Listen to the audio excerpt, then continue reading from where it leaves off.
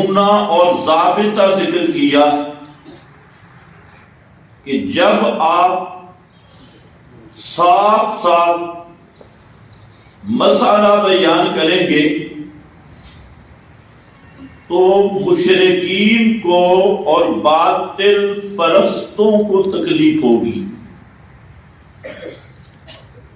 کیونکہ یہ مسئلہ ایسا ہے کابورا علی المشرکین، یہ سب سے بھاری مسئلہ ہے، اس کو ہضم کرنا یہ کوئی آسان کام نہیں۔ اس مسئلہ کے مقابلہ میں دو قسم کے لوگ ہوں گے، ایک وہ جن کا عقیدہ شرکیہ ہے، مشرک ہیں، تو وہ تو ظاہر بات ہے اس مسئلہ کا مقابلہ کریں گے، اور دوسرے وہ لوگ جنہوں نے اس مسئلہ کو سمجھا نہیں اور بغیر سوچے سمجھے کے دعویٰ کر دیا توحید کا اور اس مسئلہ ماننے کا، لیکن ان کے دل میں ایمان نہیں۔ توحید کا مسئلہ، ایمان کا مسئلہ ان کے دل میں نہیں اترا۔ سنی سنائی بات ہے، میرا ابا جی یوں کہتا تھا، میرا فلانا بزرگ یوں کہتا تھا، تو یہ وہ لوگ ہوں گے جن کو قرآن کریم نے منافقین سے تعبیر کیا۔ منافق وہ توحید کا اقرار کرتا ہے، توحید و سنت کا اقرار کرتا ہے، لیکن اس کے دل میں توحید و سنت پر ایمان نہیں ہوتا، فہم نہیں ہوتا اور ایمان بھی نہیں ہوتا۔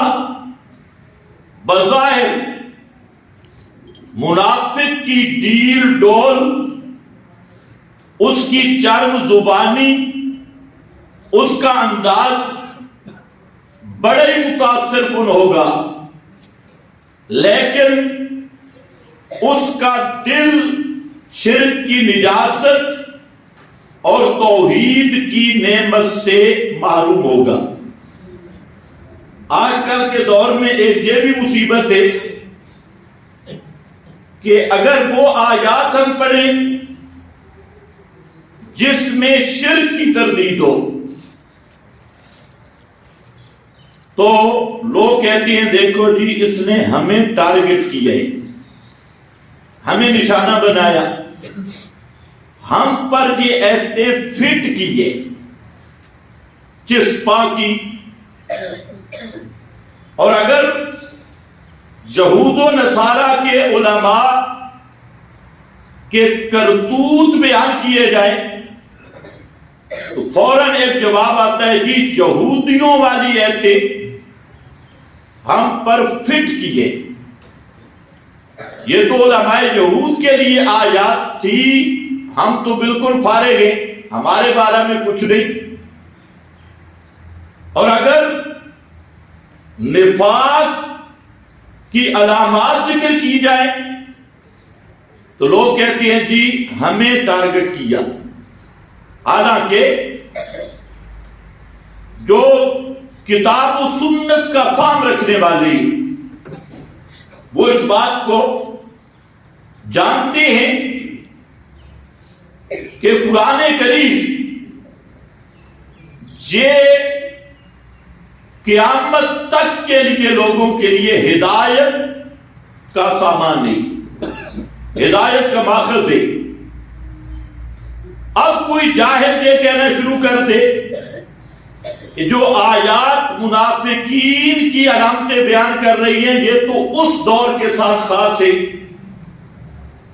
جو یہود و نصارہ کے کرتوت بیان کر رہی ہیں یہ اس دور کے ساتھ خاص ہے، اور جو یا ایھا الذین آمنوا قرآن میں آیا ہے یہ صحابہ کے ساتھ خاص ہے، تو پھر تو قرآن ایک محدود زمانے کی کتاب بن جائے گا۔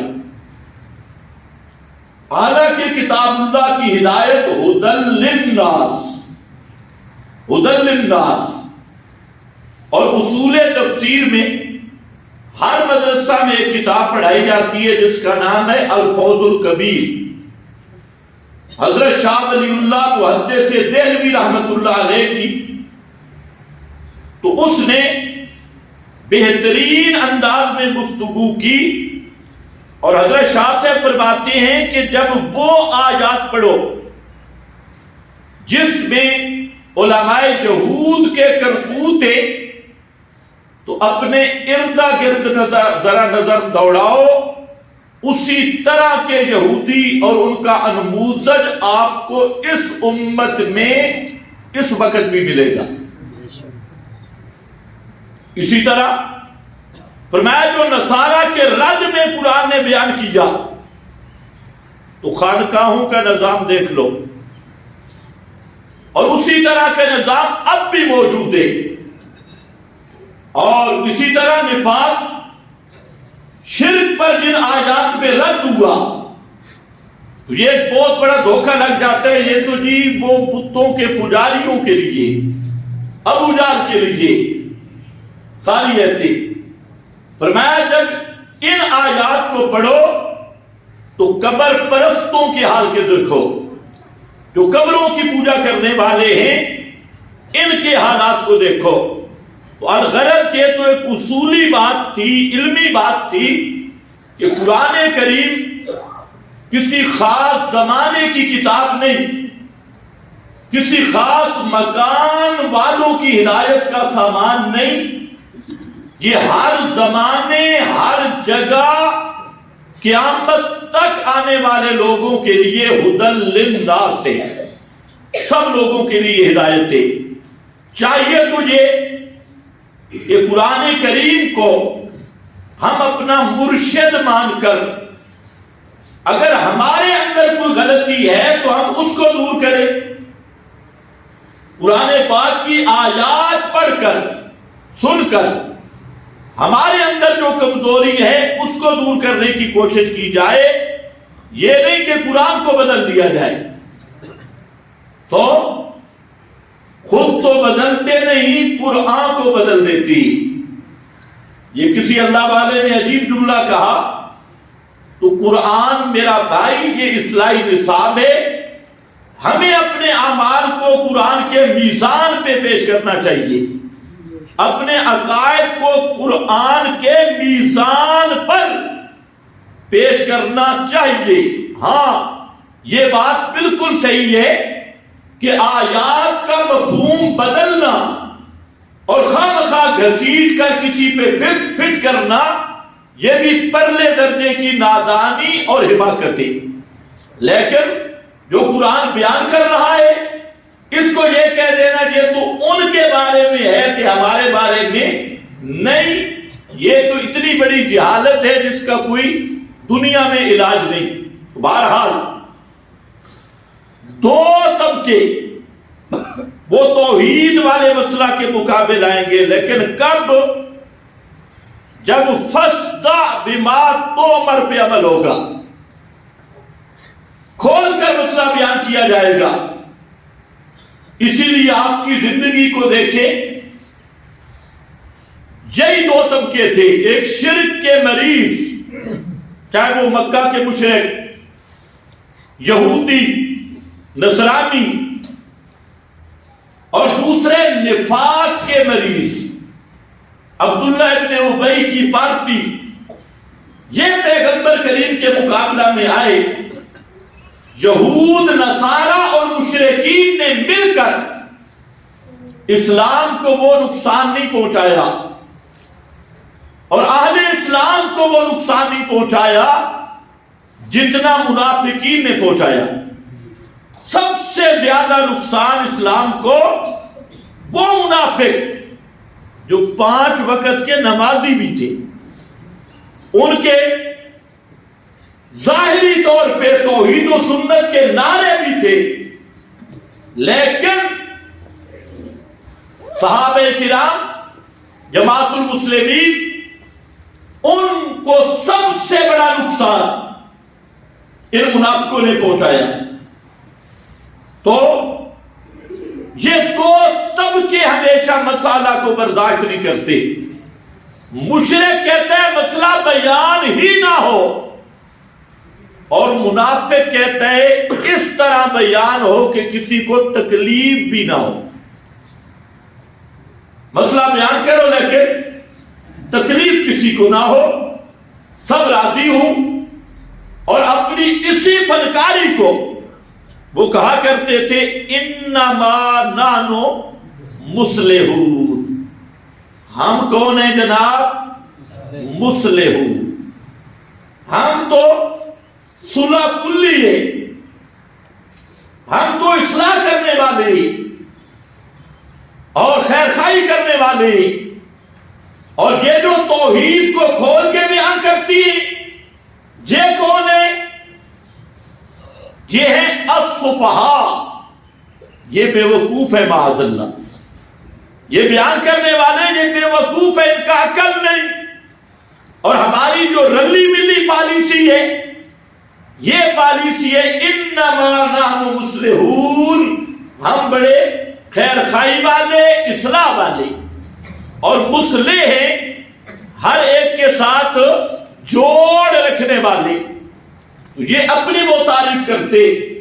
اللہ نے فرمایا الا انہم هم المفسدون، خبردار یہ جو دعویٰ کر رہے ہیں نا مصلحون، سب سے بڑے فساد کی جڑ یہ ہے۔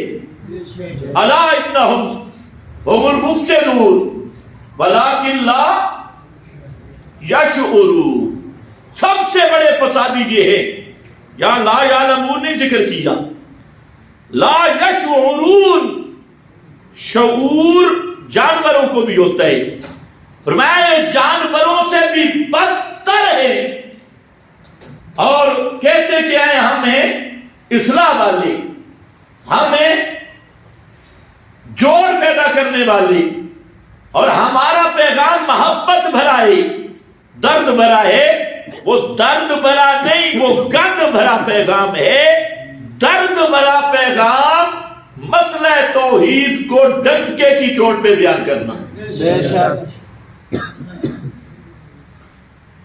اب ایک تسلی دی، یہی چند آیات ہیں ان کا ترجمہ آپ کے سامنے رکھنا چاہتا ہوں، اسی سورۃ الحجر کی۔ جب مسئلہ بیان ہوگا تکلیف شروع ہو جائے گی۔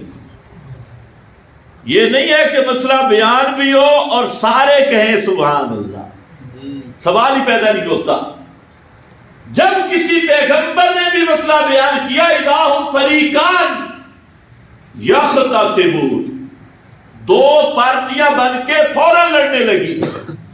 حضرت شیخ القرآن رحمت اللہ علیہ، ان کی تقریر نیٹ پر موجود ہے، فرماتی ہیں کہ ہم جب تقریر کرتے اور کوئی لڑائی ہو جاتی، پسٹل شسٹل آ جاتے، استرے شسترے چاقو شاقو چلنے لگتے، تو ہم سمجھ جاتے کہ مسئلے کا حق بیان ہو گیا ہے، مسئلہ اب بیان ہوا ہے۔ اور جہاں کچھ نہ ہوتا تو ہم سمجھتے مسئلہ بیان نہیں ہوا۔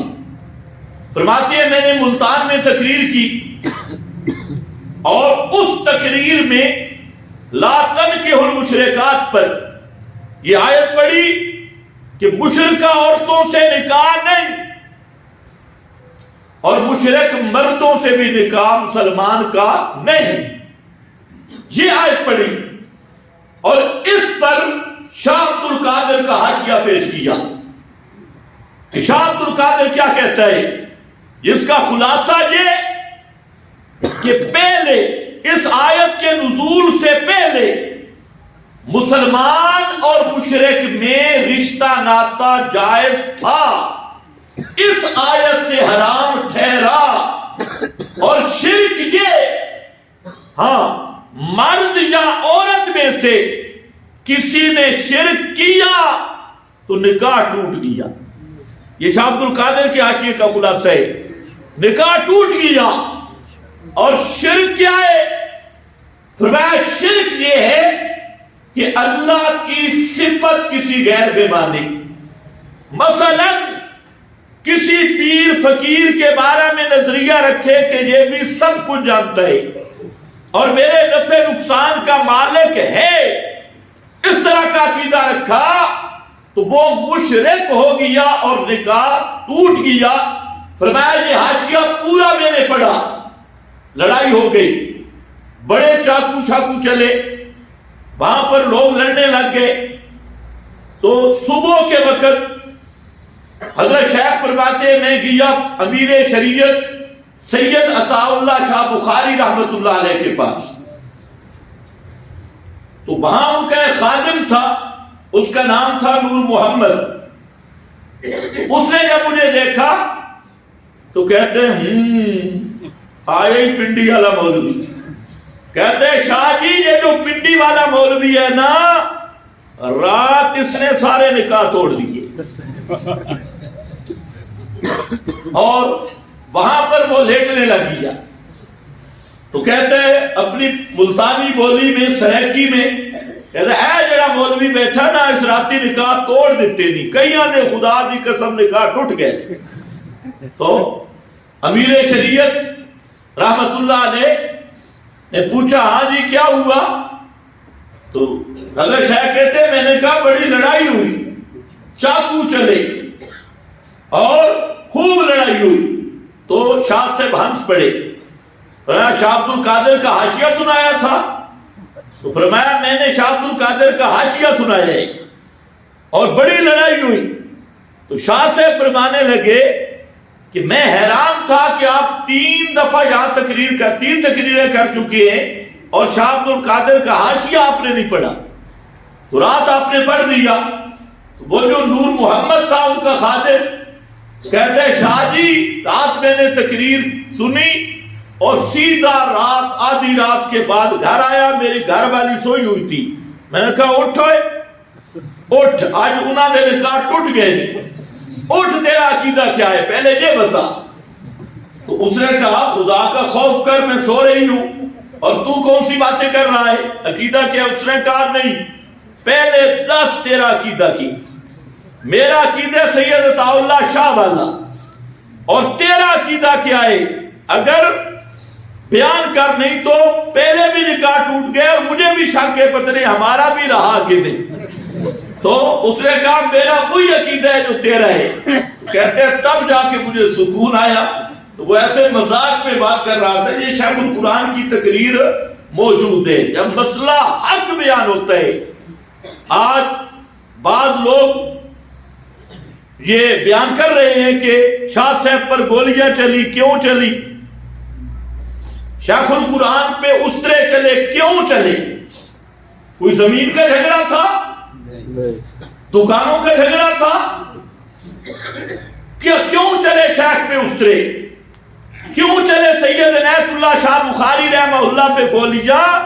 وہ اسی پہ عمل تھا فَاسْدَعْ بِمَا تُؤْمَرُ وَأَعْرِضْ عَنِ الْمُشْرِكِينَ. اسی مسئلہ کو ڈنکے کی چوٹ پر بیان کرنا. تو اس لیے میرا بھائی یہ وہ مسئلہ ہے جس میں ذرا بھی مداہنت قابل قبول نہیں. اس پر آیات سن چکی ہو. فرمایا جب مسئلہ بیان ہوگا تو کیا ہوگا؟ سبحان اللہ. کیا ہوگا؟ 2 طبقے مخالف ہوں گے، مشرک بھی منافق بھی، دونوں برداشت نہیں کریں گے. اب ان کی کارروائی کیا ہوگی؟ کیا کریں گے وہ؟ فرمایا سب سے بڑا مسئلہ کہ اثر کو ختم کرنے کے لیے جو ہتھیار ہے وہ ہے جھوٹے الزامات، جھوٹے اتہامات، بہتانات، گھڑ گھڑ کے جھوٹ جس کا تصور ہی نہیں حاشیہ خیال میں بھی نہیں. ملا بھی جھوٹ بولے گا, پیر بھی جھوٹ بولے گا, اور مرید بھی. جب پیر خود کذاب ہو تو اس کے مرید تو ماشاءاللہ اس سے بھی 4 قدم آگے نکل جاتی ہے. تو پیر کذاب کے مرید وہ بھی جھوٹے ہوں گے. ملا اور چودھری وہ کذاب کے جو چمچہ گیر ہیں وہ بھی جھوٹے اور کذاب ہوں گے. وہ کذب اعتراضات کا ایک سلسلہ ہوگا. سورۃ الانعام میں نبی کریم علیہ السلام پر ان بدبختوں کے 63 کے قریب اعتراضات کا ذکر ہے. 63 کے قریب ایک صورت میں. آپ خود اندازہ کریں, آپ کی عمر بھی 63 سال ہے. پوری زندگی اعتراضات کا سامنے ہے. کبھی یہ اکابر کا منکر ہے, اعتراض ہو رہا ہے, سورہ بقرہ اٹھائیں, اس میں پورا مضمون ہے نبی کریم علیہ السلام پر اعتراضات. اور اعتراض کرنے والے کون ہیں؟ بڑے بڑے پیر, بڑے بڑے مولوی, بڑے بڑے چودھری یہ اعتراضات کر رہے ہیں. اور اعتراضات خالص جھوٹ پہ مبنی. مثلا ان کا اپنا دل بھی مانتا تھا کہ ہم جھوٹ بول رہے ہیں نبی کریم علیہ السلام کے بارے میں کہ یہ مجنون ہے, پاگل ہو گیا ہے معاذ اللہ. اب یہ اعتراض آپ صلی اللہ علیہ وسلم کے بارے میں کسی کا دل مانے گا؟ ان کا دل بھی دل نہیں مانتا تھا. اعتراض یہ پاگل ہے, یہ پہلے اکابر کا منکر ہے. حضرت ابراہیم پہلے انبیاء وہ جو مسئلہ بیان کرتے رہے, پہلے اکابر جو مسئلہ بیان کرتے رہے, یہ اس نے نئے مسئلے نکالے, یہ ان کا منکر ہے. مثلا حضرت ابراہیم کہتے تھے اونٹ کا گوشت حرام ہے, یہ کہتے ہیں حلال ہے. یہ اعتراضات تھے کہ حضرت ابراہیم کہتے تھے اونٹ کا گوشت. تو مشکل ہو گیا ہے. آپ کو تو مشکل پیش نہیں آنی چاہیے. ابھی تو میں 2 ایتیں بڑی مشکل پیش کروں گا. یہ تو وہ سٹیج ہے جہاں پر قرآن آپ سنتے ہیں اور ہم پورا قرآن بیان کرتے ہیں, آدھا نہیں. اب توجہ فرمائیں. اونٹ کا گوشت جی ان کے مذہب میں حرام تھا, اس نے کیا کر دیا حلال. یہ اعتراض ہے. تو خلاصہ یہ کہ پہلے اکابر کے خلاف ہے. پہلے انبیاء کا قبلہ بیت المقدس تھا, اور توبہ توبہ توبہ توبہ استغفر اللہ, اس نے بیت المقدس کو چھوڑ کے کعبۃ اللہ کو قبلہ بنا دیا. حالانکہ ان بے ایمانوں نے تورات میں پڑھا تھا کہ یہ نبی ذو قبلتین ہوگا, 2 قبلوں والا نبی, وہ پڑھ چکے تھے. لیکن پھر بھی عوام کو اچکارنے کے لیے اور عوام کو گرفتار کرنے کے لیے پروپیگنڈا مہم میں بہت آگے تھے کہ دیکھو جی انبیاء کا قبلہ چھوڑ دیا, اچھا اس کو اب مکے کی یاد آئی, یہ مکے اپنے وطن کی یاد ستا رہی ہے. اس طرح کے اعتراضات جن کا نہ منہ نہ متھا, نہ سر نہ پاؤں, اور سینکڑوں اعتراضات, بڑے بڑے اعتراضات. اور دیکھو جی کہتا ہے میں نبی ہوں اور اپنے منہ بولے بیٹے کی بیوی سے نکاح کر لیا. توجہ ہے نا, حضرت زید کی بیوی سے متبنہ منہ بولا بیٹے کی بیوی سے نکاح کر لیا. یہ اعتراض کس کا تھا؟ منافقین کا. یہ اعتراض کس کا تھا؟ اب دونوں طبقے متحرک ہوئے, منافق بھی مشرک بھی, اعتراض در اعتراض در اعتراض. اور قرآن کریم میں اللہ نے کیا سبق دیا؟ بہت سارے اعتراضات وہ ہیں کہ ان کا اعتراض ذکر کر کے اللہ نے فرمایا قل, میرے پیغمبر اس اعتراض کا جواب دو. جواب اللہ نے دیا ہے. پیغمبر کی زبان سے، اور بہت سارے ایسے اعتراضات تھے کہ ان کا ذکر کیا، جواب نہیں دیا، جواب کی ضرورت ہی نہیں تھی۔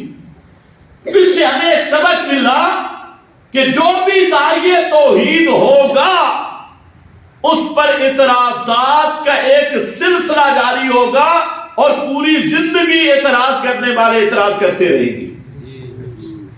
اس لیے اعتراضات سے مرعوب ہونے کی ضرورت نہیں، اس پہ خوش ہونا چاہیے، اور ہر اعتراض کا جواب دینا بھی ضروری نہیں کہ جس کی کوئی حیثیت نہیں وہ بھی اٹھ کے اعتراضات کرے، باتیں بنائے، تو ایسے آدمی کو جواب دینے کی ضرورت نہیں۔ ہاں، جو کوئی قابل جواب اعتراض ہو اس کا جواب دینا چاہیے۔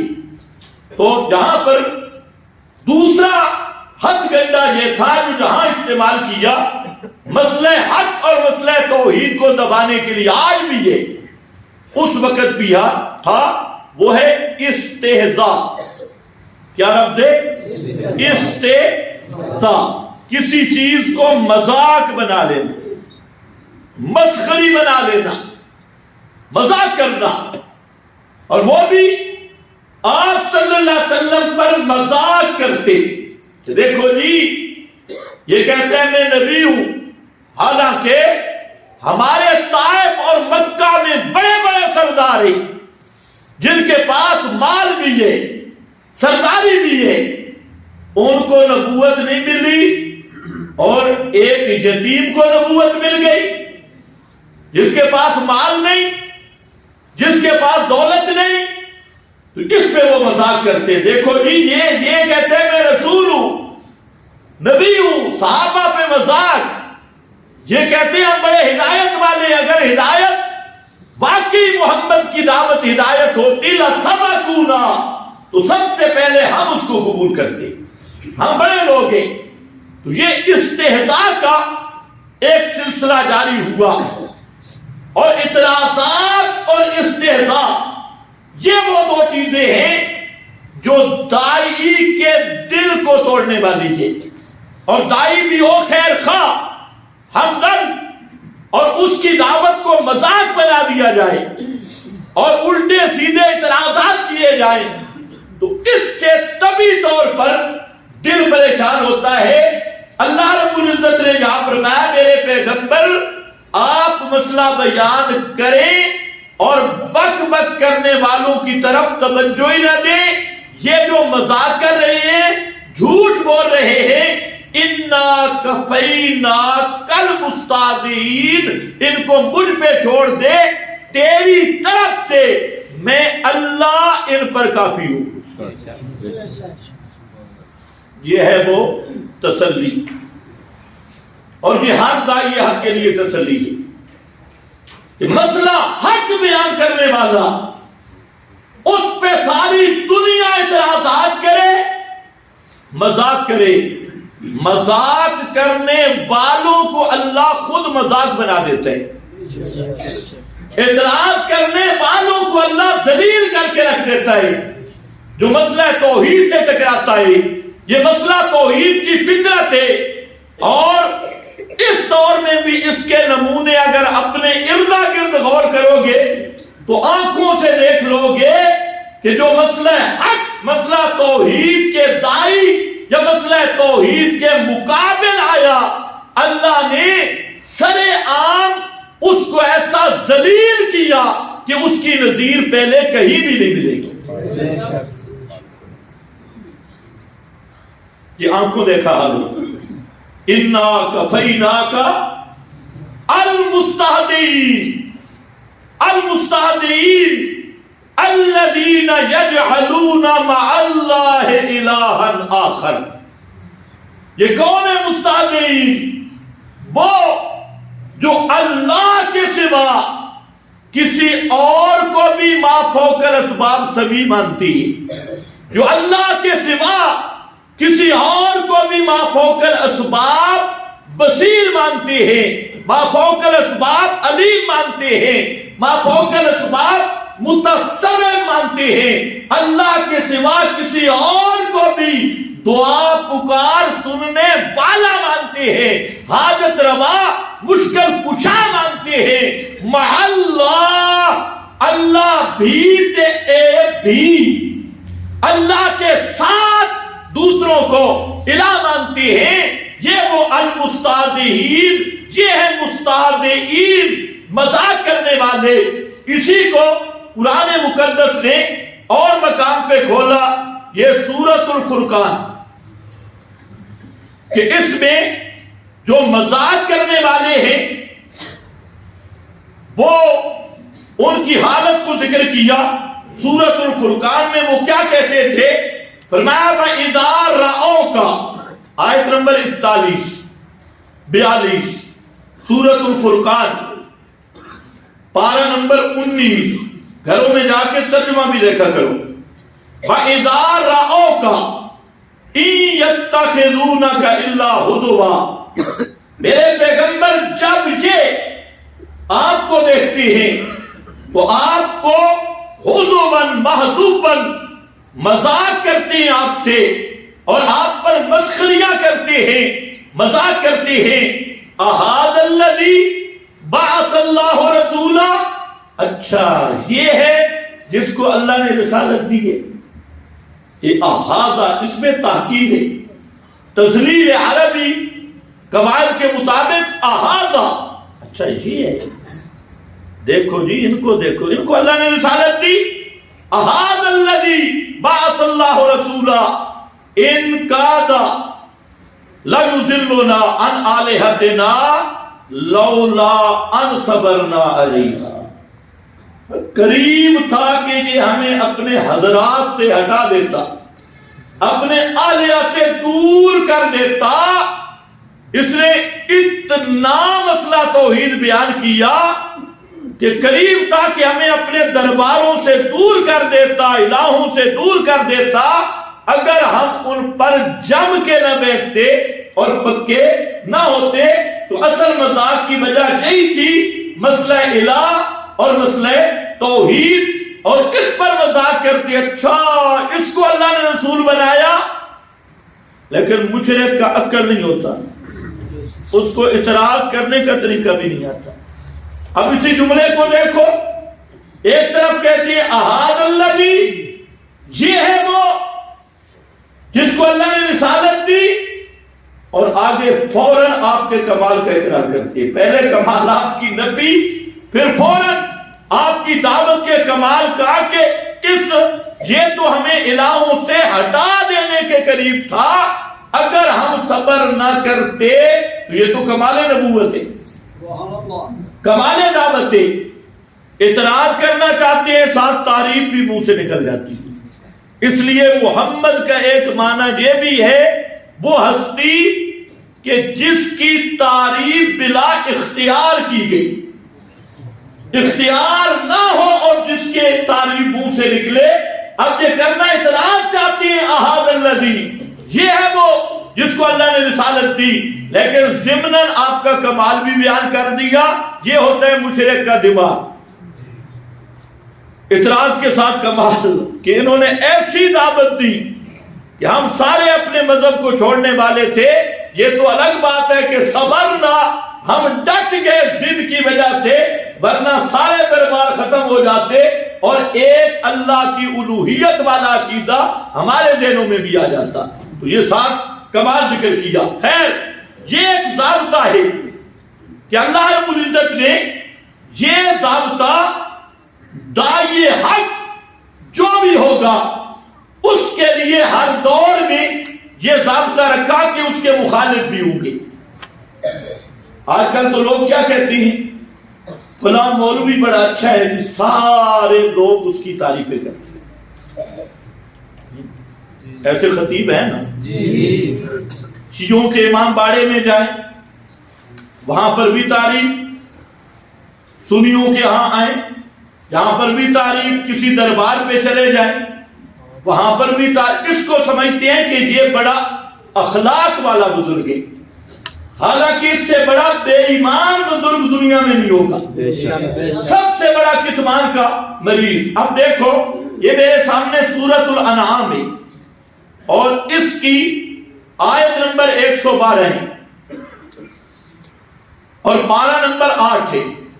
اس میں اللہ رب العزت نے قانون بیان کیا.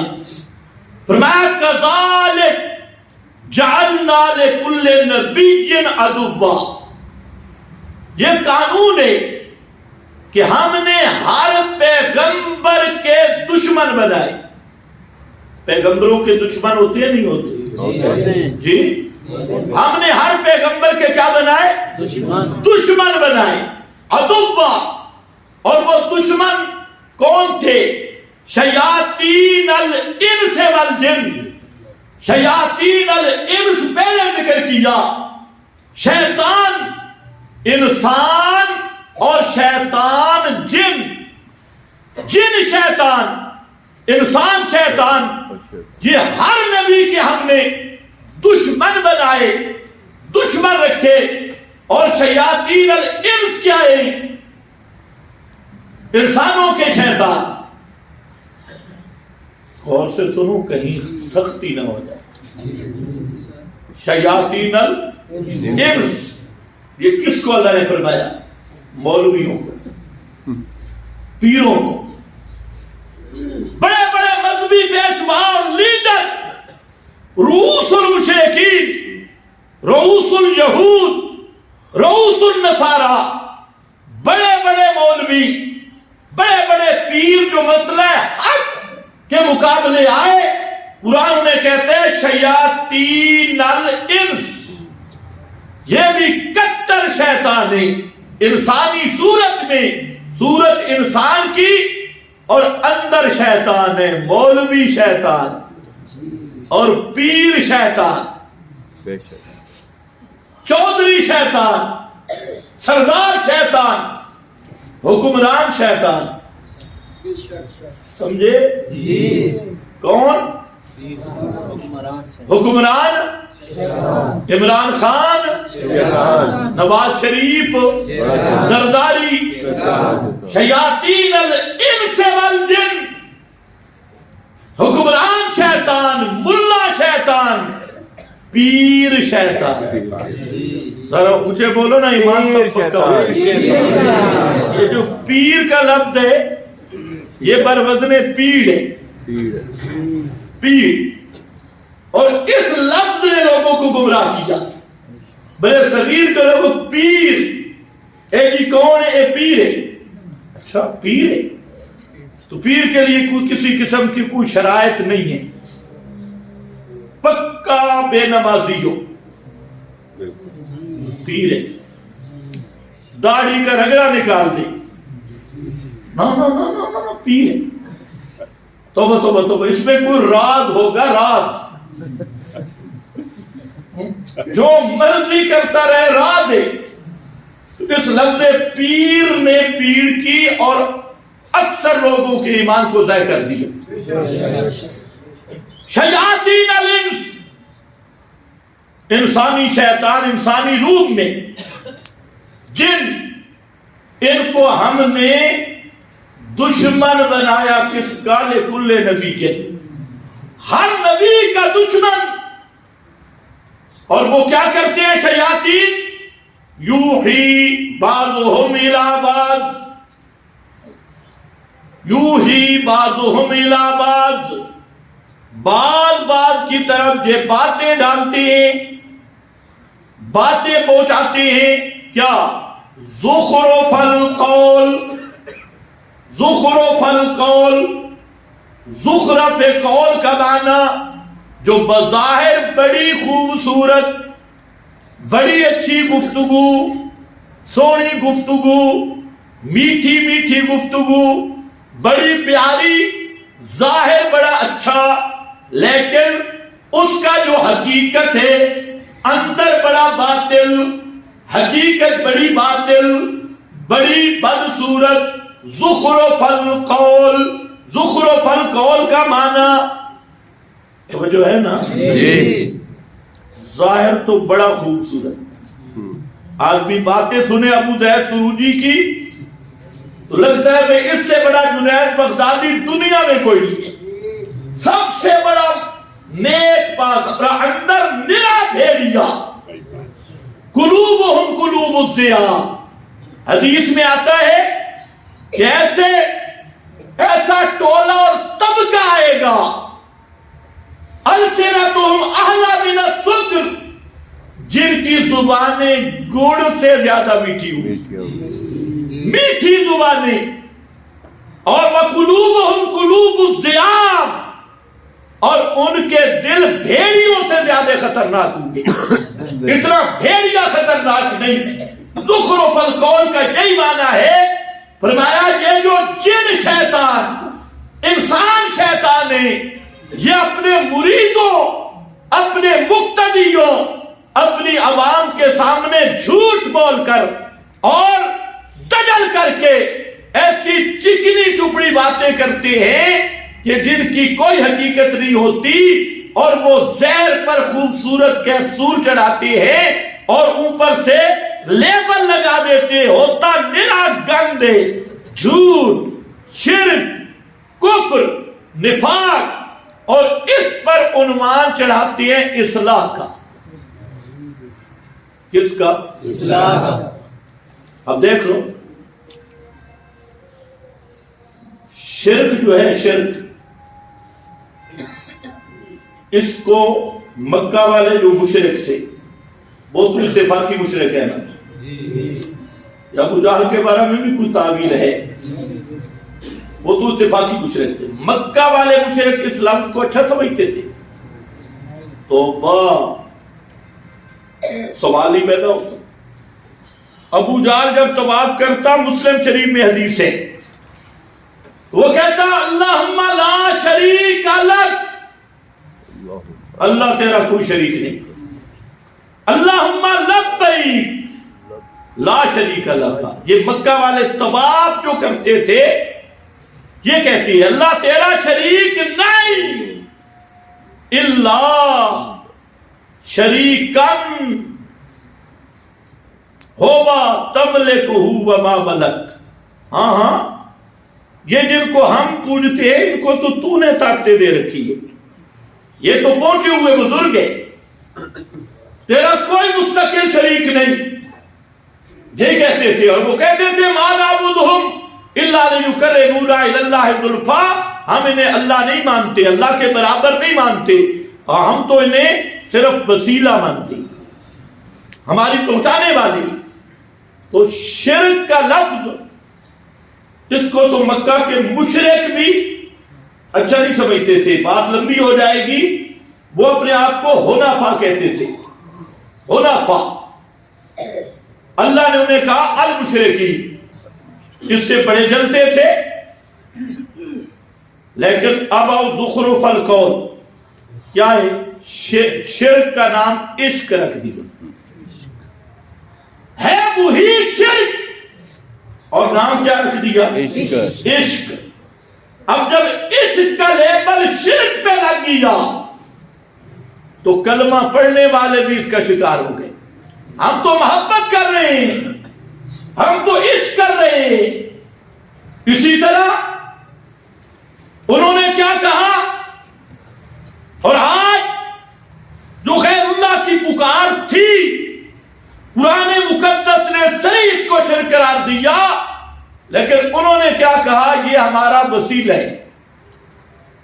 استشفاء ہؤلاء شفاؤنا عند اللہ. اب جو بدعت کا لفظ ہے، پوری دنیا کا بدعتی، اس کو اگر آپ کہہ دینا اور بدعتی تو آپ کے گلے پڑ جائے گا. آپ کہیں گے تو بدعت کر رہا ہے تو اس کا پارا تیز ہو جائے گا. لیکن جب بدعت کے اوپر معمول اہل سنت کا بورڈ لگ گیا، معمول مشائخ کا بورڈ لگ گیا، اور بدعت کے ساتھ حسنہ کی چپر لگ گئی، اب بدعت بھی کر رہا ہے اور عبادت بھی سمجھ رہا ہے. یہ ہے زخرف القول. اور اگر آپ کو کوئی کہے کہ شیطان کی عبادت حرام ہے، شرک ہے، ابلیس کی عبادت بولو ٹائم کم ہے، شرک ہے، تو کوئی ابلیس کے عنوان پہ شیطان کی عبادت کرے گا؟ دجال کی بیعت کرنا، کیا کیا کہتے ہو؟ کسی مسلمان کا یہ ذہن تسلیم کر لیتے ہیں، ٹھیک ہے، لیکن جب دجالی بیعت کو جمہوریت کا نام دے دیا گیا، طاغوت اور دجال کی پوجا کو اوپر لیبل کیا لگایا؟ جمہوریت. اور جمہوریت سے پہلے ایک لفظ بڑھا دیا گیا، اسلامی جمہوریت. اسلامی جمہوریت. اب اس کو سب نے قبول کر لیا. یہ ہوتا ہے زخرف القول، کہ اوپر اچھا لیبل اور نیچے نرا گند، نیچے نرا گند، عنوان بدل بدل کر گند کو لانا اور شرک کفر نفاق پر اچھے پردے ڈالنا اور سنہری پردے ڈالنا. تو اس کی مثال وہ بدصورت عورت ہے جو میک اپ کر کے آئی، میک اپ اترا تھے کم پورا. یہ سارا شیطان میک اپ کراتا ہے ہر گناہ کو، ہر شیطنت کو. یہ ہے زخرف القول، غرورا، دھوکہ دینے کے لیے. تو ہر نبی کہ اللہ نے دشمن بنائے، تو دشمن ہونا عیب کی بات ہے؟ کسی کے دشمن ہو تو عیب کی بات ہے؟ یہ تو سب سے زیادہ دشمن کس کے تھے؟ انبیاء کے. اچھا، وہ دشمنی کیسے کرتے تھے؟ انبیاء کے خلاف وہی پروپیگنڈا مہم اور وہی ان کے کرتوت انبیاء کرام پر الزامات اور کہ ہر دور میں ہوگا.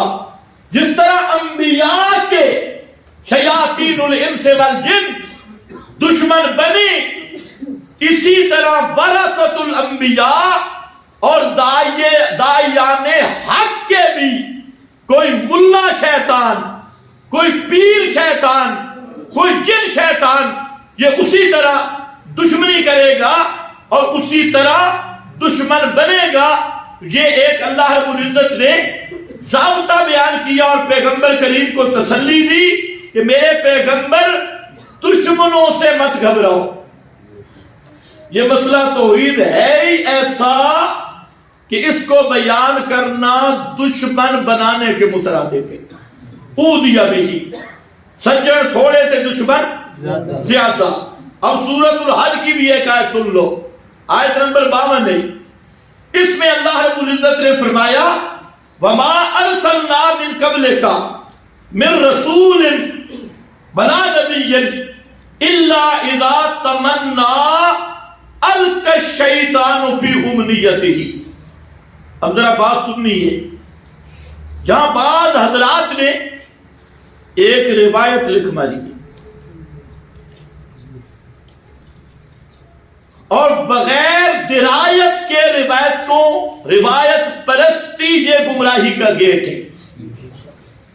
اب وہ روایت کیا آئی کہ نبی کریم صلی اللہ علیہ وسلم سورۃ النجم پڑھ رہے تھے اور جب آپ نے آیت پڑھی تو معاذ اللہ، نعوذ باللہ، شیطان آپ کی زبان پہ بول گیا اور کہا تلک الغرانیق العلا ان شفاعتہن لترتجی، کہ یہ جو لات منات عزا بزرگ ہیں یہ بڑی اونچی شان والے بزرگ ہیں اور ان کی شفاعت اللہ کے ہاں قبول ہوتی ہے. بس یہ کہنے والے کہتے ہیں شیطان نے بات کی تو مشرکین سارے دوڑ کے آگے، انہوں نے کہا جی ہماری تمہاری صلح ہے، ہم بھی استشفاء والے ہیں اور آپ نے استشفاء کا عقیدہ مان لیا، لہذا ہماری تمہاری صلح ہے.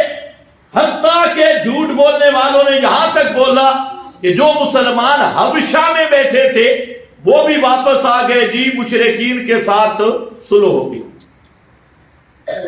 یہ بات سمجھ رہے ہو؟ یہ خیال رکھنا یہ جھوٹ ہے. جہاں پر سب محققین نے لکھا کہ پیغمبر کا دل دماغ شیطان کے تسلط سے معصوم اور پاک ہوتا ہے. دل بھی، دماغ بھی اور زبان بھی. اور وہی کے معاملہ میں تو اللہ کا پہرا ہوتا ہے پیغمبر پر. احکام نبوت کے معاملہ بھی شیطان کی مداخلت ہو نہیں سکتی، اور اللہ اپنے نبی کو شیطان کے تسلط سے محفوظ رکھتا ہے. کسی نبی کا ذہن، دل، اعضاء پر شیطان کا غلبہ نہیں ہو سکتا، شیطان کا تسلط نہیں ہو سکتا.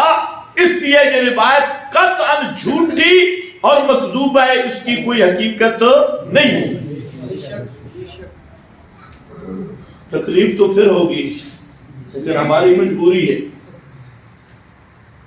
یہ سری جھوٹ ہے. اب آیت کا معنی کیا ہے؟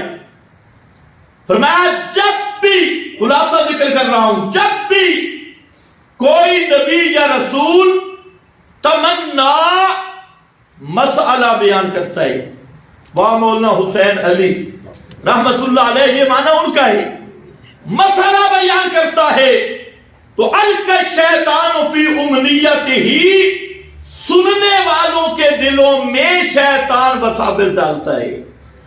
پیغمبر مسئلہ بیان کرتا ہے، رسول مسئلہ بیان کرتا ہے، اور جو سامعین ہوتے ہیں ان کے دلوں میں شیطان وسوسے ڈالتا ہے، اور شیطان فوراً کہتا ہے یہ بزرگوں کا منکر ہے، یہ گستاخ ہے، یہ بے ادب ہے، توبہ توبہ، اکابرین کے خلاف ہے.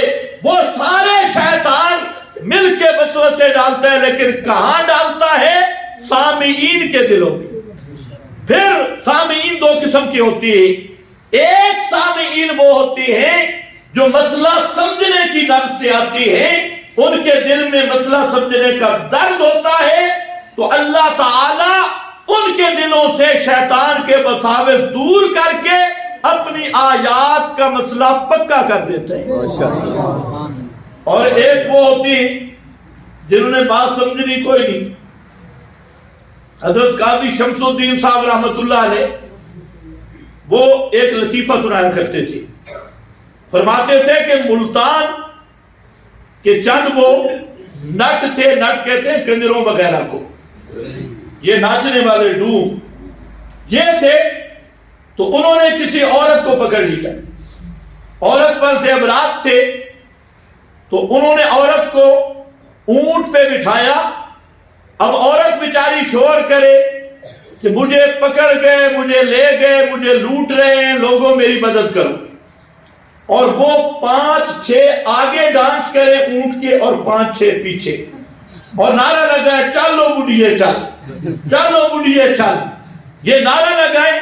اب لوگ سمجھے کہ یہ سب تماشا کر رہے ہیں، کوئی ایک آدمی بھی ان کے قریب نہیں آیا. تو بات تو وہ ہوتی ہے کہ جو جھوٹ پیر بولے گا، آگے وہ ہوں گے مرید بالکل عقل سے فارغ، وہ کہیں گے واہ پیر واہ، واہ مرشد واہ.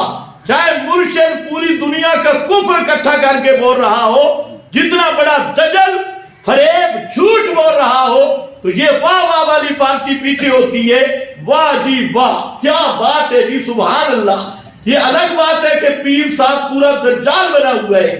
تو بعض ایسے سامعین ہوتے ہیں کہ وہ سمجھنے کی غرض سے نہیں، بلکہ صرف نعرہ بازی تے واہ واہ تے جیوے جیوے تے فلانا، وہ صرف اس کیٹیگری کے لوگ ہوتے ہیں. تو فرمایا ایسے بدبختوں پر شیطان کے وساوس پکے کر دیے جاتے ہیں اور مسئلہ حق سے ان کو معروف کر دیا جاتا ہے. لیکن ہوا ہے ہر پیغمبر کے ساتھ، اور یہی کام ہوگا ہر داعیے حق کے ساتھ. بولو یہی کام ہوگا ہر داعیے حق کے ساتھ. آپ بھی دعوت دیں گے تو یہ پارٹیاں آپ کو بھی ملیں گی، ہر زمانے میں ملیں گی، یہ پہلے بھی ہوتا رہا. تو فرمایا میرا پیغمبر ان سے گھبراؤ نہیں، اِنَّا كَفَيْنَاكَ الْمُسْتَهْزِئِينَ، یہ جو مسخریاں کرتے ہیں ان کو ہم کافی ہیں آپ کی طرف سے. الذین یجعلون مع اللہ الہا آخر، یہ ان کا جرم ذکر کیا کہ یہ آپ کو مذاق بناتی ہیں اور اب خود اپنی حالت نہیں دیکھتے. یہ ظالم کٹر مشرک ہے، یہ میرے ساتھ اوروں کو الہ بناتی ہیں. فسوف یعلمون، اتنی دیر نہیں ہے، سوف یعلمون، ان قریب جان لیں گے. وَلَقَدْ نَعْلَمُ أَنَّكَ یضیق صدرک، تسلی فرمایا میرا پیغمبر ان کی باتیں سن کر تیرا سینہ بھی تنگ ہوتا ہوگا، تیرے دل میں بھی غمی آتی ہے، دکھ آتا ہے. اور یضیق صدرک پنجابی معنی تیرا ہاں بھی سوڑا ہوں دے، تجھے بھی تکلیف پہنچتی ہے. یضیق صدرک بما یقولون، جو یہ بکواسات کر رہے ہیں، ان کے اعتراضات اور مذاق اور ان کے جھوٹ، ان کے بہتانات، ان کے الزامات پر تیرے سینہ بھی تنگ ہوتا ہے. مجھے خوب پتا ہے. وَلَقَدْ نَعْلَمُ، اللہ کی قسم ہم جانتی، وَلَقَدْ نَعْلَمُ، پکی بات ہے ہم جانتے ہیں تیرا سینہ بھی تنگ ہونے لگتا ہے. تو آج تجھے علاج بتاؤ. جب مخالفین، معترضین، مستہزئین، مشرکین، منافقین ان کے پراپیگنڈے بڑھ جائیں تو تو نے کیا کہنا کرنا ہے؟ فَسَبِّحْ بِحَمْدِ رَبِّكَ، تو اور زیادہ توحید بیان کر. فَسَبِّحْ بِحَمْدِ رَبِّكَ، تسبیح لا الہ بحمد الا اللہ، تسبیح کر یعنی اللہ کی توحید بیان کرتا رہے. اللہ کی صفات سے غیروں کی نفی کرتا جا. سب پہ کہتا رہے عالم الغیب صرف اللہ ہے اور کوئی نہیں، حاجت روا صرف اللہ ہے اور کوئی نہیں، سمیع بصیر صرف اللہ ہے اور کوئی نہیں. التسبیح التنزیہ عن کل ما لا یلیق بشانہ، تسبیح کہتے ہیں اللہ رب العزت سے ہر اس چیز کی نفی کرنا جو اس کی شان کے لائق نہیں. اور یہ ہے وہی لا الہ، اس کے سوا الہ کوئی نہیں. بحمد ربک الا اللہ وکم من الساجدین، کم من الساجدین. یہ وظیفہ بتا دیا، مولوی بھی وظیفہ بتاتی، پیر بھی. فرمایا میرا پیغمبر تیرا وظیفہ ہے مسئلہ توحید بیان اور زیادہ کر، تسبیح و تحمید پہ اور زور لگا. وَقُمْ مِنَ السَّاجِدِينَ، سجدے پہ زور رکھ، نمازوں پہ زور رکھ، سجدے پہ زور رکھ. یہ جو نماز ہے یہ ہر مشکل کا وظیفہ ہے، ہر حاجت کا یہ وظیفہ ہے. قُمْ مِنَ السَّاجِدِينَ وَعَبُدْ رَبَّكَ حَتَّى یَأْتِیَکَ الیقین، اور عبادت کرتا رہے ربا کا اپنے رب کی، حتیٰ یہاں تک کہ یأتیک الیقین، آئے تیرے پاس، آئے تجھ کو الیقین، الموت، مرتے دم تک اللہ کی عبادت کرتا رہے. وَعْبُدْ رَبَّكَ حَتَّى یَأْتِیَکَ الیقین، موت کا دوسرا نام یقین ہے. کیوں؟ اس لیے کہ یہ متیقن الوقوع ہے، موت سے کوئی نہیں بچ سکتا، ہر ایک پہ آئے گی. جو موت کے منکر ہیں بچ وہ بھی نہیں سکتے. دنیا کا کوئی مذہب موت کا منکر نہیں سوا لڑوں کے. ہندو موت کو مانتا ہے، سکھ موت کو مانتا ہے، بدھ مذہب موت کو مانتا ہے، اور دنیا کا کوئی یہودی نصرانی موت والے مسئلے میں کسی کا اختلاف نہیں. اس میں اگر اختلاف کیا ہے تو صرف ماسٹری للڑوں نے باقی پوری دنیا متفق ہے کہ موت برحق ہے اور ہر ایک میں موت نے آنا ہے. ایسا ہے نہیں ہے؟ کوئی ہندو موت کا منکر ہے نہیں, کوئی سکھ نہیں, کوئی یہودی نہیں, کوئی نصرانی نہیں. تو پھر جو موت کا منکر ہے وہ تو ہندوؤں سے بھی بدتر ہے, وہ تو یہود و نصارہ سے بھی بدتر ہے. ذرا ایسا بولتے ہو, وقت پورا ہونے اس سے بھی کیا ہے؟ بدتر. ایک مسئلہ سمجھ لو, پھر ایک بات میں آپ کو بتاتا ہوں پھر ختم. وَعْبُدْ رَبَّكَ, اس میں ایک مسئلہ بیان ہوا.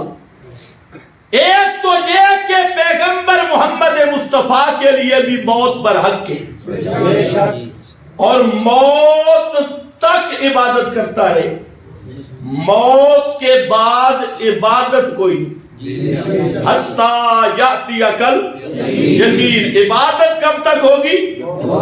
موت کے بعد عبادت نہیں, ختم. ایک مولوی صاحب کہہ رہے تھے جی ایک عبادت ہوتی ہے تکلیفی, ایک عبادت ہوتی ہے تلذذی. تکلیفی نہیں ہوتی, تلذذی ہوتی ہے. بہت اچھا. پہلا جواب تو یہ ہے کہ تلذذی عبادت پیغمبر کی سب سے بڑی عبادت کیا تھی؟ دعوت. تو تلذذی دعوت ہے. پھر آپ کا سب سے بڑی ذوق والی عبادت وہ تھی القتال فی سبیل اللہ, جہاد. موت کے بعد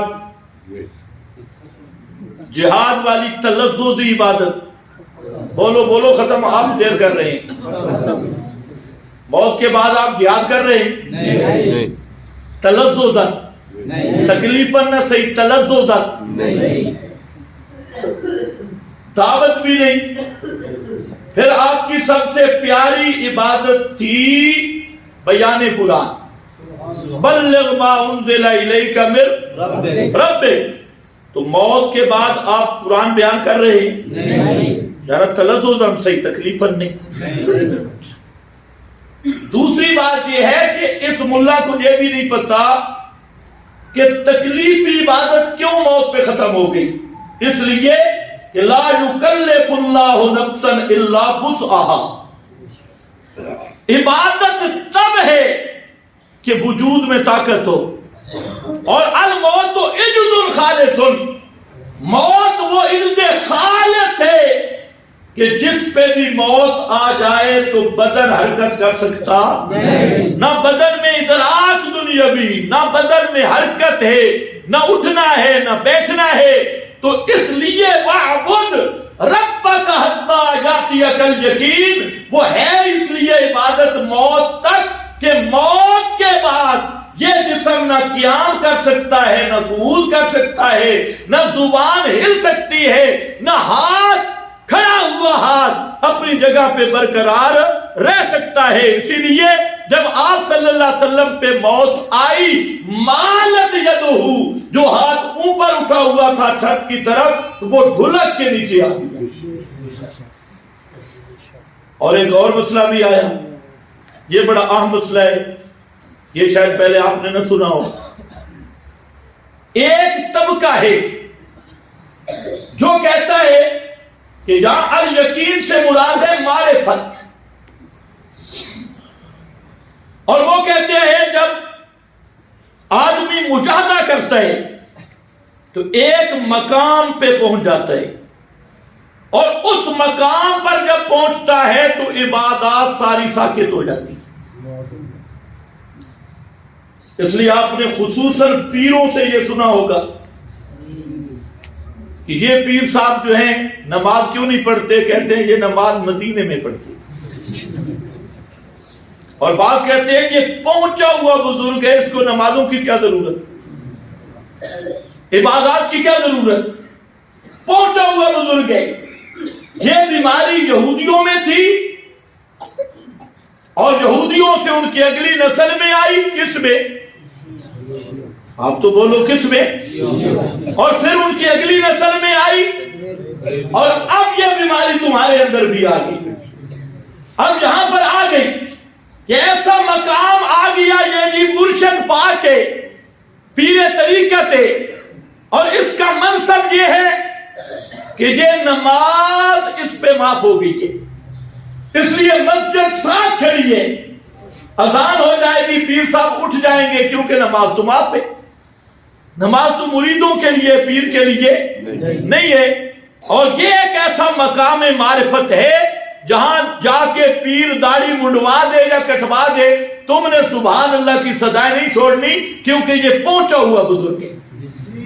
یہ پہلے پہنچے ہوئے بزرگ کس کے ہوا کرتے تھے؟ بولو نا یار، کچھ انصاف بھی کرو.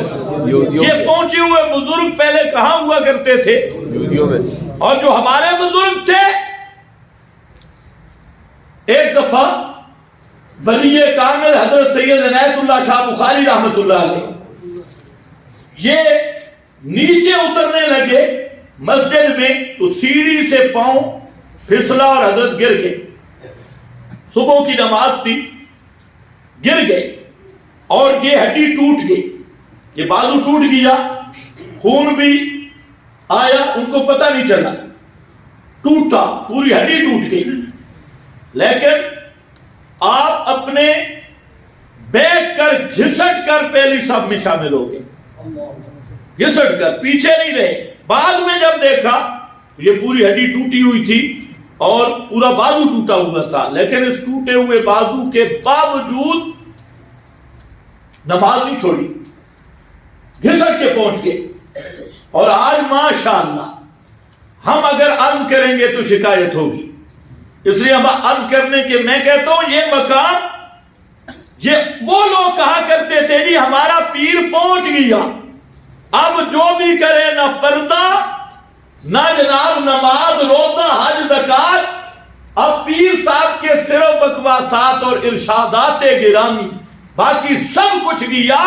تو یہ ایک باطل کا نظریہ ہے. خیال رکھو، اللہ نے اپنے پیغمبر کو بتایا، میرے پیغمبر وَعَبُدْ رَبَّكَ حَتَّى يَأْتِيَكَ الْيَقِينُ، موت تک اپنے رب کی عبادت پہ قائم رہے، عبادت کرتا رہے جب تک تجھے موت نہیں آتی. ہاں موت آ گئی تو اب عبادت، کیونکہ اب بدن میں اٹھنے بیٹھنے کی صلاحیت نہیں ہے، تو موت تک کوئی ایسا مقام نہیں کہ پیر پہنچ جائے اور معرفت حاصل ہو جائے، اس پہ نمازیں معاف، روزے معاف، داڑھی معاف، سچ بولنا معاف. پیر اتنا جھوٹ بولے اور مرید کہے کوئی راز کی بات ہے، پیر اتنا دجل کرے اور مرید کہے کوئی راز کی بات ہے.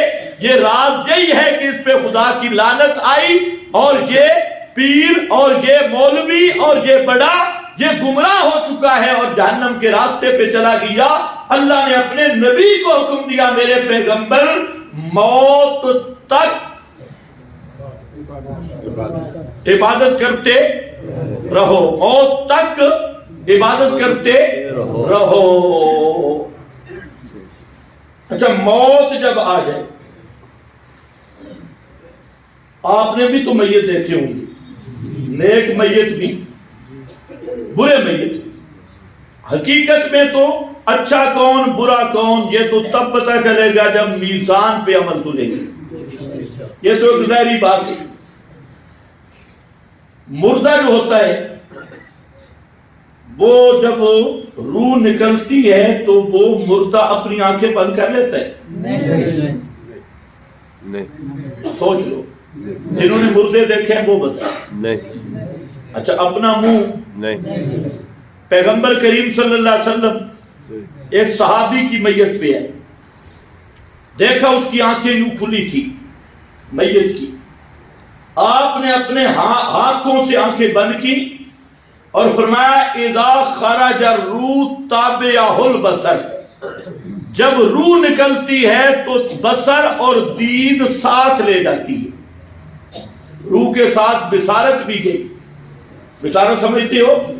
بصر یہ جو بینائی ہے، یہ بھی روح ساتھ لے جاتی ہے. میت میں بصارت ہی نہیں ہے اور سماعت باقی ہے. ساری قوتیں گئی.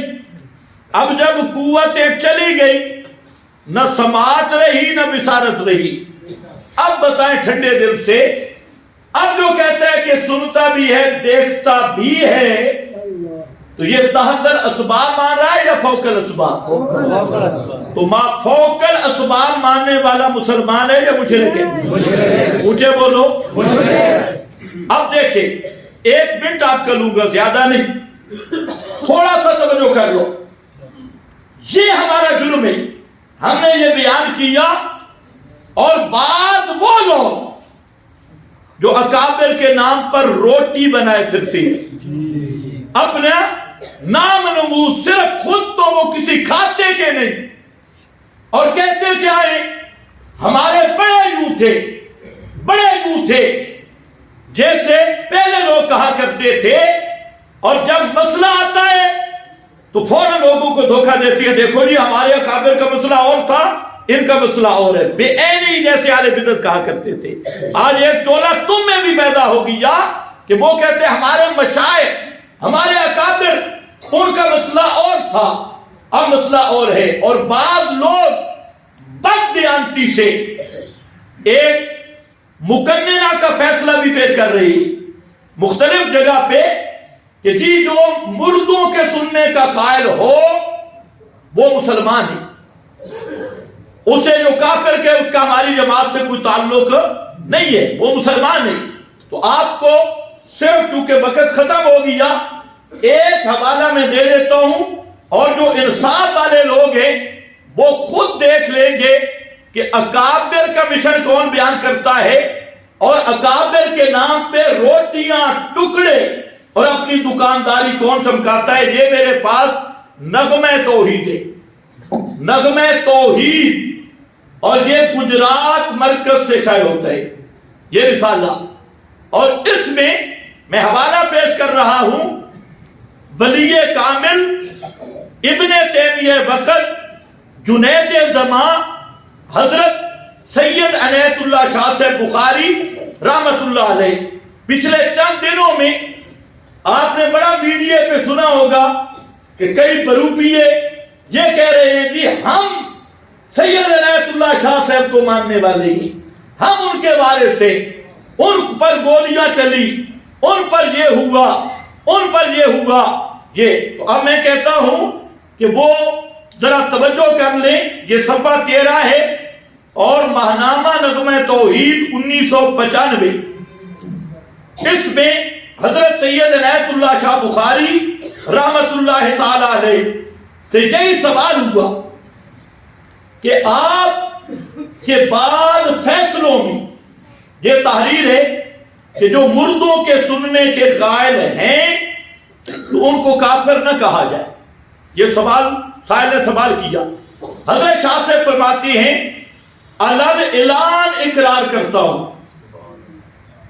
کیا رب سے علل اعلان اقرار کرتا ہوں کہ اشاعت التوحید و سنہ پاکستان کے بعض ارکان سے کچھ غلط فیصلے ہوئے، کچھ غلط فیصلے ہوئے. ان ارکان میں میں بھی شامل ہوں. اسے کہتے ہیں سچائی، کہ اگر غلطی ہو جائے تو علل اعلان اقرار کرنا. یہ علماء کی شان ہے، اولیاء کی شان ہے. اب کتنی صفائی کے ساتھ کہہ رہے ان میں بھی شامل تھا. بحمد اللہ تعالی، اللہ تعالیٰ نے مجھے توفیق بخشی، میں نے مذکورۃ الصدر متقدمین سلف صالحین کی اتباع میں اپنی غلطی سے حق کی طرف رجوع کر لیا ہے. ان سے غلطی ہوئی، میں نے حق کی طرف رجوع کر لیا ہے. اور رجوع الی الحق میں کوئی غرض فاسد یا دنیاوی عزت میری راہ میں حائل نہیں ہو سکی. اور وہ رجوع کیا ہے؟ یہ میرے پاس ہے صفحہ نمبر 16، جو اس کو لگا سکتا ہے وہ لگائے. اس میں صاف عبارت موجود ہے. فرماتے ہیں سمائے موتا کا عقیدہ قرآن کریم کے خلاف اور صریح شرک ہے. سمائے موتا کا عقیدہ قرآن کریم کے خلاف اور سارے بولو اور سری شرک، سری شرک ہے۔ آگے فرماتی ہیں اور سمائے موت تا مردوں کے سننے کا عقیدہ۔ اب دیکھو ہم تو پھر بھی نرمی کرتے ہیں، عادتن کی قید لگاتی ہے۔ کس کی؟ عادتن کی۔ لیکن حضرت شاہ صاحب کی عبارت میں عادتن کی قید بھی نہیں، لفظوں میں مذکور نہیں۔ تو فرمایا اور سمائے موتا کے عقیدے کو میں ہی شرک نہیں کہتا۔ قرآن کریم میں خود اللہ کریم نے اسے شرک سے ہی تعبیر کیا ہے، میں اسے شرک نہیں کہہ رہا، اللہ نے قرآن کریم میں اس کو شرک سے تعبیر کیا کہ جن کے بارے میں تمہارا یہ عقیدہ ہے کہ وہ ہماری پکاریں دعائیں درخواستیں سنتے ہیں، قیامت کے دن وہ خود تمہارے اس شرک کی تردید کریں گے۔ ان تدعوہم لا یسمعوا دعاءکم ولو سمعوا ما استجابوا لکم ویوم القیامت یکفرون بشرککم۔ حضرت شاہ سے فرما رہے ہیں کہ مردوں کے سننے کے عقیدے کو صرف میں شرک نہیں کہتا، قرآن شرک کہتا ہے۔ کون کہتا ہے؟ قرآن شرک۔ اور آگے آیت کیا پڑھی؟ وَيَوْمَ الْقِيَامَةِ يَكْفُرُونَ بِشِرْكِكُمْ۔ یہ تو صرف ایک حوالہ ہے، اس پر 20 حوالہ جات موجود ہیں۔ اب جو ہمارے بھائی سوشل میڈیا پر جھوٹ بول رہے ہیں اور ہر جگہ پہ فساد پھیلا رہے ہیں، ان سے میری مؤدبانہ گزارش ہے کہ خوف خدا کریں۔ اور ان حضرات سے بھی کہتا ہوں، اگر تم میں انصاف اور عدل کی ردی ہو تو اعلان کرو کہ ہم سید عنایت اللہ شاہ صاحب بخاری رحمت اللہ علیہ کے اس فیصلے کو مانتی ہیں، اور ہم یہی اس پر دستخط کرو۔ اور اگر صرف بددیانتی ہے، لوگوں کو ٹھگنا ہے اور پیری مریدی کی دکانیں چلانی ہیں، تو انشاءاللہ قیامت دور نہیں، قیامت کا دن ہوگا، اس وقت تم پچھتاؤ گے۔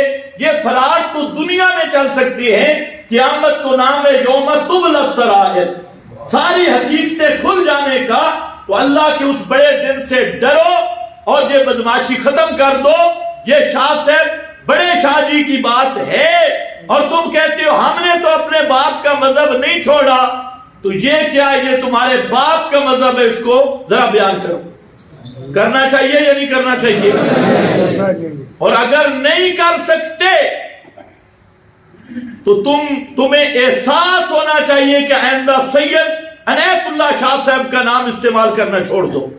یہ سید عنایت اللہ شاہ صاحب کی تحقیق ہے، اور صاف فرماتے ہیں سمائے موتا کا عقیدہ سری شرک ہے، اور میں نہیں شرک کہہ رہا۔ کون شرک کہہ رہا ہے؟ قرآن شرک کہہ رہا ہے۔ اب جو قرآن کا انکار کرے گا، ہم اگر عرض کریں گے تو شکایت ہوگی۔ اپنے گریبان میں جھانکو، سوچو۔ یہ تو ایک حوالہ ہے، اس پر 20 حوالے میں دکھا سکتا ہوں، اور یہ نغمہ توحید ہے۔ یہ نغمہ توحید ہے، یہ میری لکھی ہوئی کتاب نہیں کہ کل تم کہہ دو خود رسالہ لکھا ہے۔ اور یہ نغمہ توحید گجرات سے آئے ہیں، اور اس نغمہ توحید میں اور بھی بڑے شعر چھپے ہیں، وہ بھی اگر ضرورت پڑی تو میں لاؤں گا۔ میں آخر پہ بات کرتا ہوں ان سب فیس بک کی کھلاڑیوں سے۔ اب یہ جو جماعتی مسائل ہے، ہم نہیں چاہتے کہ اس کو سٹیج پہ لایا جائے، اور سب سے میں گزارش یہ کرتا ہوں کہ آپ بھی مہربانی کریں۔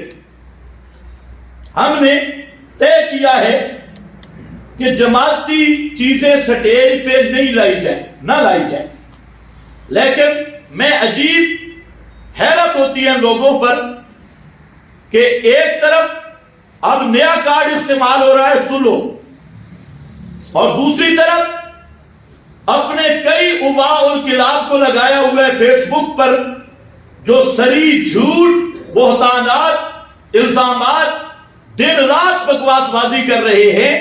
تو یہ دوغلی پالیسی چھوڑ دو، اسی دوہرے معیار نے تمہیں خراب کیا، اور تم نے خود اپنی ذلت آنکھوں سے دیکھی۔ ہم کچھ بھی نہیں کہتے، اگر تم میں انصاف ہو تو 9 جنوری کو جو تم پہ اللہ کا عذاب آیا وہ عذاب تم نے اپنی آنکھوں سے دیکھ لیا، اور تمہارے منصوبوں کو اللہ نے اس طرح تباہ کر دیا جیسے قوم عاد، قوم صالح، ان کے منصوبوں کو اللہ نے تباہ و برباد کیا۔ میری گزارش یہ ہے کہ اب یہ فیس بک یا سوشل میڈیا اس کا استعمال چھوڑ دو، اور جو ذمہ دار حضرات ہیں وہ اپنے مجلس میں بیٹھ جائیں، ہمیں بلا لیں۔ پہلے بھی میں نے کہا آپ آ جائیں تو کسی جگہ پہ بیٹھ کے ان کو طے کر لیں، یہ اچھا ہوگا، ورنہ سوشل میڈیا کی بات تمہیں بہت مہنگی پڑے گی۔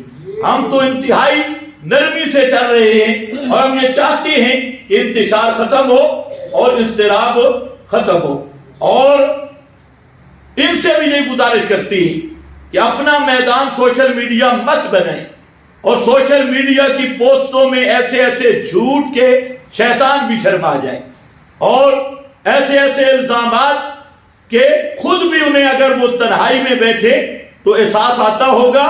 تو پھر میں یہ گزارش کروں گا، اور خصوصاً تینوں بزرگوں سے، جو بڑے 3 بزرگ ہیں، ان سے گزارش کروں گا کہ تم نے یہ جو ٹیم تیار کی ہے نا، اس ٹیم کو بہتر یہ کہ ان کو سمجھا لو، اس میں تمہاری بھی عزت ہے، جماعت کی بھی عزت ہے۔ جو اہل بدعت کو خوش نہ کرو، اہل شرک کو خوش نہ کرو، توحید و سنت کا کام کرو، اور یہی ہمارا مشن ہے۔ اور جہاں آپس کا مسئلہ ہو تو الحمدللہ اگر کسی ذمہ دار آدمی، ایک تو وہ چوہے ہیں جن کو نہ کوئی گھر پہچانتا ہے نہ بار، تو وہ شہرت حاصل کرنا چاہتے ہیں، ان سے ہماری بات ہی کوئی نہیں ہے۔ جو ذمہ داران جماعت ہیں، میں بحیثیت مقننہ کا صدر ہونے کی یہ گزارش کروں گا کہ آپ کو کوئی شکوہ شکایت مسائل میں کوئی بھی ہو تو آپ تینوں بزرگ ہمارے ساتھ بیٹھیں، ہم پورے احترام کا لحاظ رکھیں گے، اور افہام و تفہیم ہو جائے۔ مناظرہ کا لفظ بھی صحیح دیں، اپنوں کے ساتھ افہام و تفہیم ہونا چاہیے، افہام و تفہیم ہو جائے۔ اگر تمہیں سمجھ نہیں آتی میں سمجھا دیتا ہوں، اگر میں غلطی پہ ہوں تو تم سمجھا دو، میں سمجھنے کے لیے تیار ہوں۔